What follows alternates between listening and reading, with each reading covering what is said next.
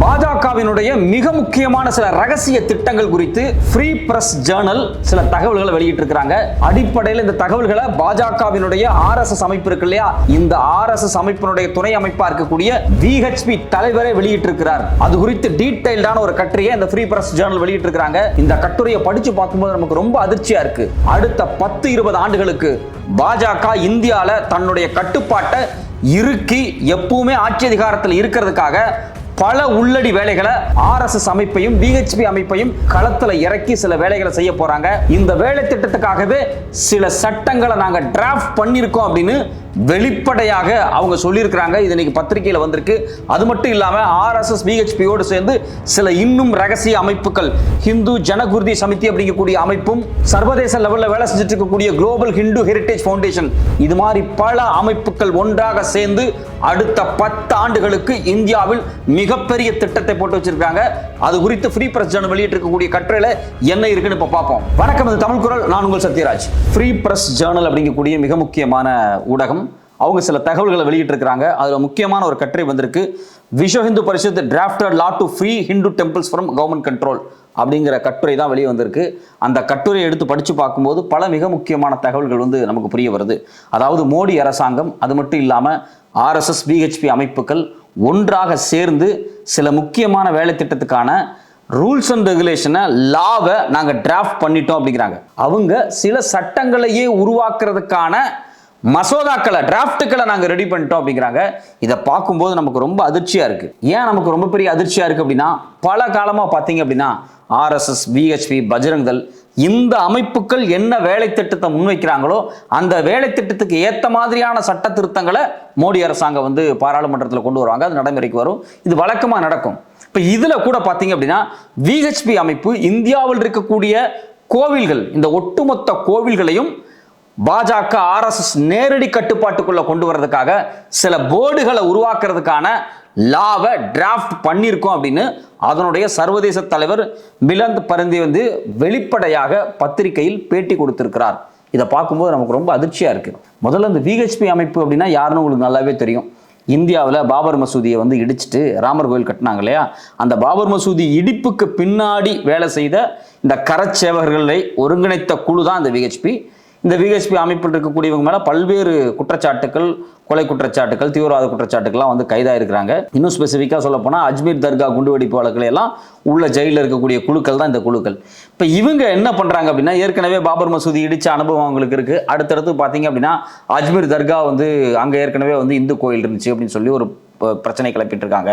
மதுராவில் ஒரு பிரச்சனை கிளப்பிட்டு இருக்காங்க. மத்திய பிரதேச, கர்நாடகா, ராஜஸ்தான், இப்படி இந்தியாவில் இருக்கக்கூடிய பல மாநிலங்களில் ஞானவாபி மசூதியாக இருக்கட்டும், இது மாதிரி பல மசூதிகளை மையமாக வச்சு அங்கெல்லாம் ஏற்கனவே இந்து கோயில்கள்லாம் இருந்துச்சு அப்படின்னு சொல்லி ஒரு கோயிலை மையமாக வைத்து ஒரு மிகப்பெரிய சோசியல் கேம்பெயின் பண்ணக்கூடிய ஒரு குழு தான் இந்த VHP குழு.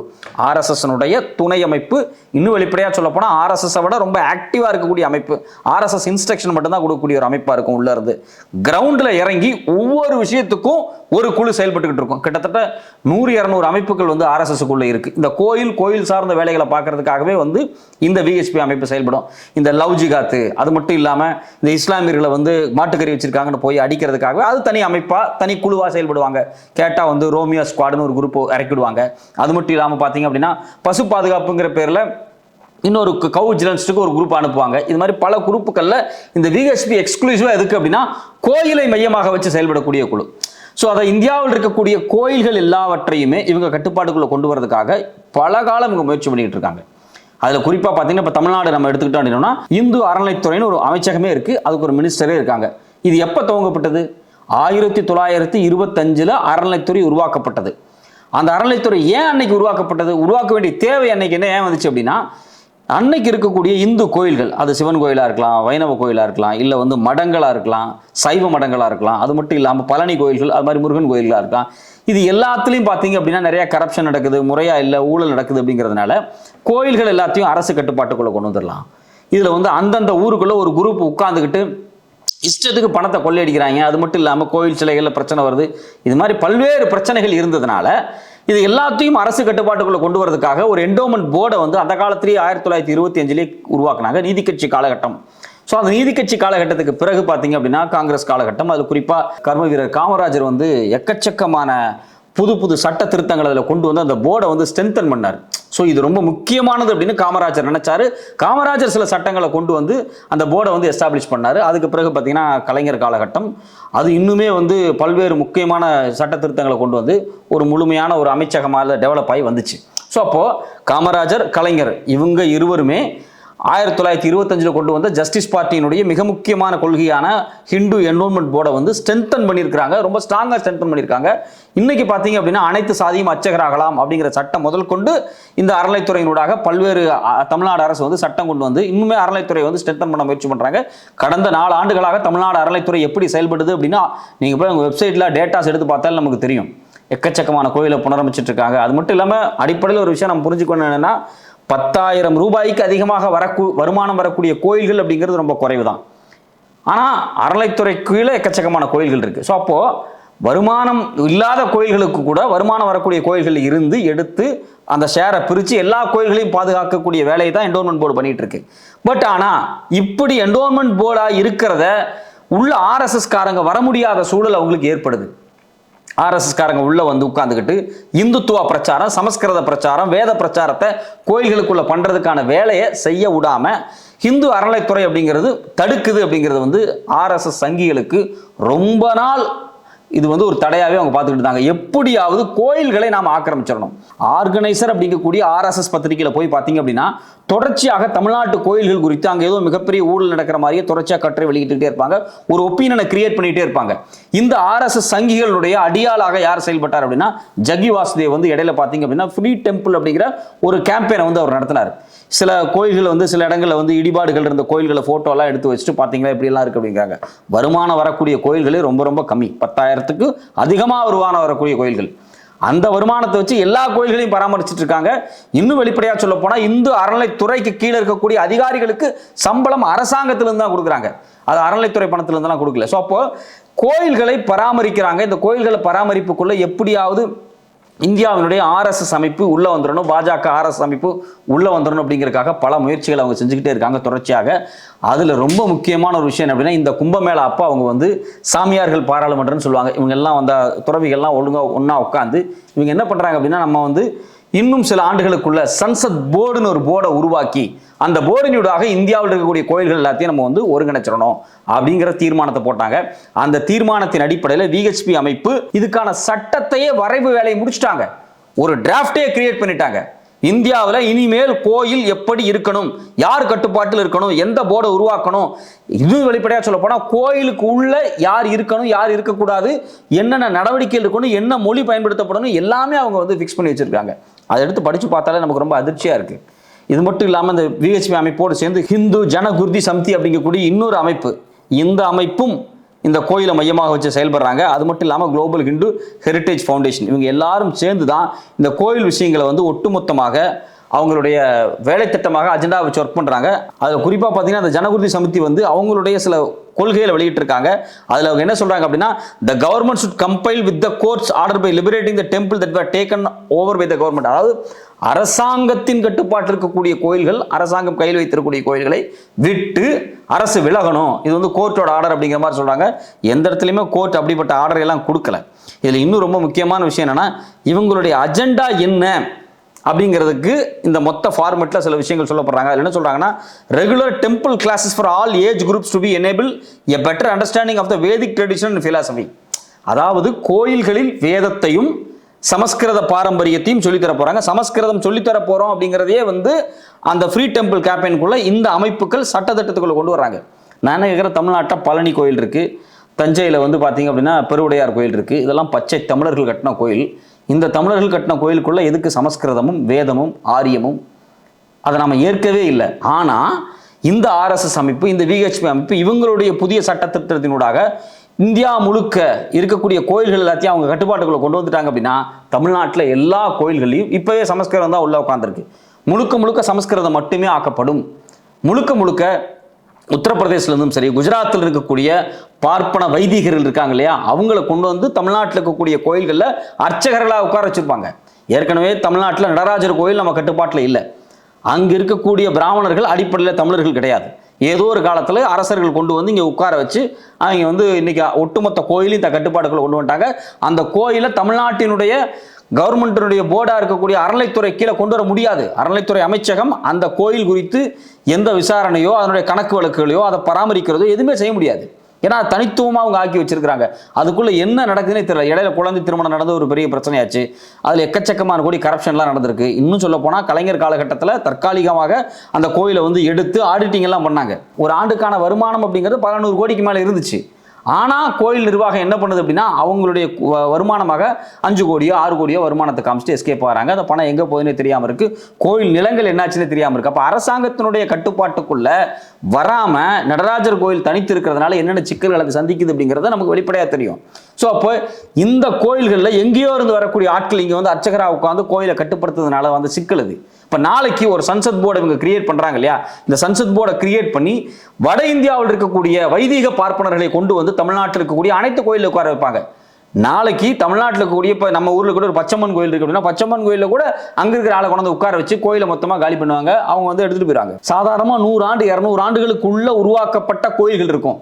அதாவது பல்வேறு கோயில்கள் வந்து எக்கச்சக்கமான அம்மன் வழிபாட்டு கோயில்கள் பார்த்தீங்கன்னா இந்த 100-200 ஆண்டுகளுக்குள்ள பயங்கர ஃபேமஸான கோயில்கள் நிறைய மாதிரி இருக்கும். குலதெய்வ கோயில்கள் நிறைய பார்த்தீங்க அப்படின்னா இப்போ பணத்தை நிறைய குவிச்சு பெரிய பெருசாக கட்டியிருக்காங்க. அது மட்டும் இல்லாமல் பழனி கோயில், இது எல்லாத்தையும் ஒட்டுமொத்தமாக வைதீக மரபின் கட்டுப்பாட்டுக்குள்ளே கொண்டு வரதுக்கான வேலை தான் அது. அவங்களே சொல்கிறாங்க அது வந்து வேதிக் ட்ரெடிஷனுக்குள்ளே மாத்திரதான் அவங்களுடைய முக்கியமான சொல்கிறாங்க. அது மட்டும் இல்லாமல் class should be initiate revolve around popular topics like yoga, Ayurveda, அது மட்டும் இல்லாமல் ஜோசியம் அண்ட் வாஸ்து, இது எல்லாமே வந்து வகுப்புகள் தொடர்ச்சியாக கோயில்கள் எடுக்கணும் அப்படிங்கிறாங்க. The strategy is good a way to get people interested in learning more about Hindu dharma since lay people are already aware of these topics. அதாவது இந்து தர்மத்தினுடைய பாகங்களை நாங்கள் கோயில் வச்சு பிரச்சாரம் பண்ண போகிறோம் அப்படிங்கிறாங்க. அது மட்டும் இல்லாமல் temple should offer regular courses to learn the Sanskrit language. கோயில் பணத்தில் சமஸ்கிருதம் கற்றுத்தரப்படும் அப்படிங்கிறாங்க. ரெகுலராக கிளாஸ் வைப்போம் அப்படிங்கிறாங்க. எதுக்குன்னு கேட்குறேன். இது தமிழ்நாடு, நாங்கள் தமிழர்கள், எங்களுக்கு தமிழ் தான் தாய்மொழி, எங்களுக்கு கோயில் தமிழில் தான் அர்ச்சனை செய்யப்படணும், இதுதான் எங்களுடைய ஒரே கொள்கை. அது எதுக்கு என் பணத்தை கொண்டு போய் நான் சமஸ்கிருதத்தை வளர்க்கணும்? ஸோ அப்போ இவங்களுக்கு ஒரு அஜெண்டா இருக்குது. எங்கே டெல்லியில் உட்காந்துக்கிட்டு இந்த பாஜக, ஆர்எஸ்எஸ், பிஹெச்பிக்கு ஒரு அஜெண்டா இருக்குது.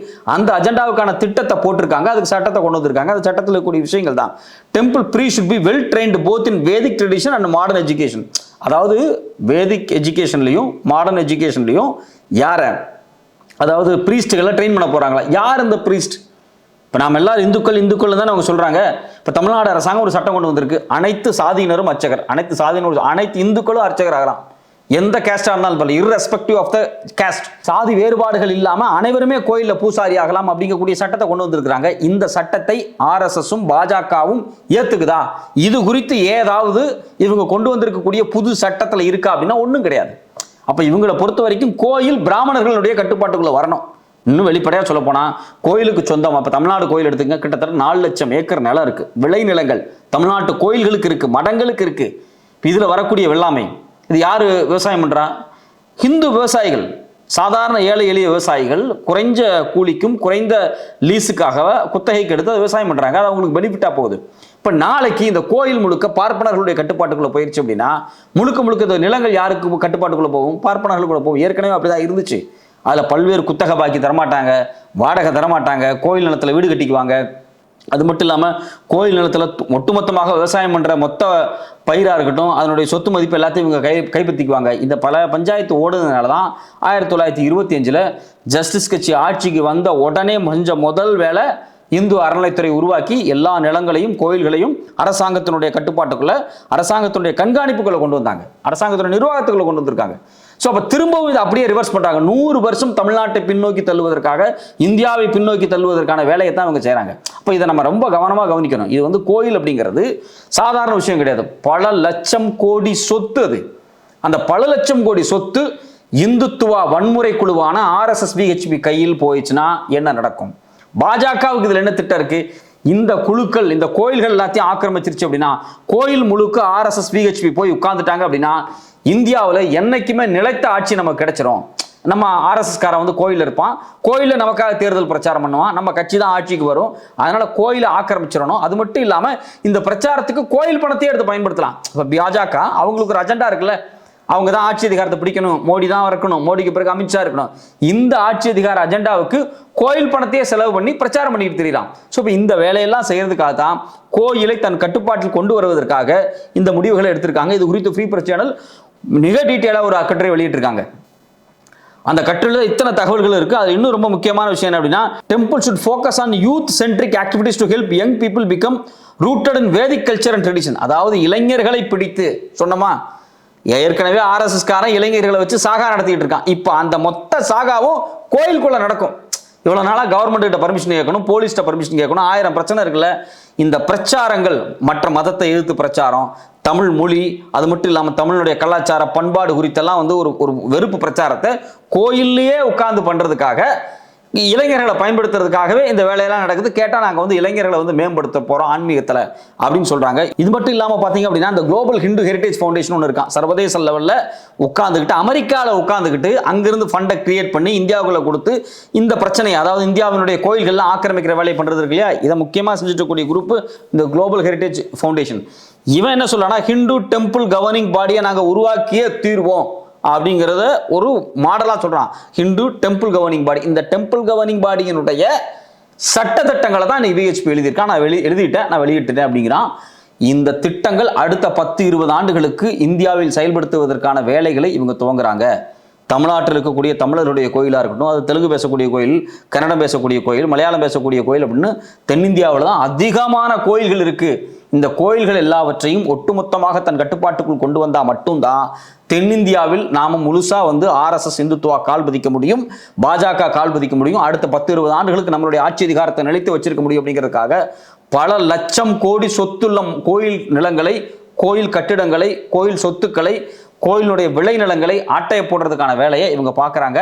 முழுக்க முழுக்க இவங்களுடைய தேர்தல் லாபத்திற்காகவும், அது மட்டும் இல்லாமல் இந்தியாவை ஒட்டுமொத்தமாக இந்து மதவாத நாடாக மாற்றுவதற்கான வேலை நடந்துட்டு இருக்கு. இதை வந்து ஃப்ரீ பிரஸ் சேனல் வெளியிட்டிருக்கக்கூடிய இந்த கட்டுரை அப்படிங்கிறது ரொம்ப ரொம்ப முக்கியமானது. நாம் இந்த நேரத்தில் வெளிப்படையாக கேட்கக்கூடிய விஷயம் என்ன அப்படின்னா, இந்தியாவில் இருக்கக்கூடிய இந்து அறநிலைத்துறை எந்த அளவுக்கு செயல்பட்டு இருக்கு அப்படின்னு உச்சநீதிமன்றம் வெளிப்படையாக இது குறித்து பேசணும். இது போல விஹெச்பி ஆர்எஸ்எஸ் அமைப்பு மாதிரியான ஆட்கள் இந்த கோயில் நிலங்களையும், கோயில் சொத்துக்களையும், கோயில்களையும் எடுத்து தன் கட்டுப்பாட்டில் கொண்டு போயிடக்கூடாது அப்படின்னு உச்சநீதிமன்றம் உறுதியாக சில வழிகாட்டுதலை கொடுக்கணும். அப்படி கொடுத்தா மட்டும்தான் இந்தியாவை வந்து பாதுகாக்க முடியும். இல்லை என்றால் இந்த ஒட்டுமொத்த சொத்துக்களும், கோயில்களும், நிலங்களும், அதனுடைய தொடர்ச்சியாக பார்த்தீங்கன்னா இந்திய சமூகமுமே இந்த வன்முறை கும்பல்கிட்ட போய் நின்றும் அப்படிங்கிற அபாயம் இருக்கு. நம்ம பொறுத்திருந்து பார்ப்போம். உச்சநீதிமன்றம் இது மாதிரியான வேலைகளை செய்கிறாங்களா, இல்லை அவங்களே முன் வந்து இந்த விஹெச்பி அமைப்பு கொண்டு வரக்கூடிய, இல்லை இவங்க சொல்லக்கூடிய அந்த ஹிந்து என்டோன்மெண்ட் போர்டுக்கு எதிராக கொண்டு வரக்கூடிய ஹிந்து டெம்பிள் கவர்னிங் பாடி எல்லாம் என்ன பண்ண போறாங்க, இதனுடைய ரூல்ஸ் அண்ட் ரெகுலேஷன் என்ன, இது குறித்து என்ன விமர்சனத்தை முன்வைக்க போறாங்க அப்படின்னு நம்ம பொறுமையாக பார்ப்போம்.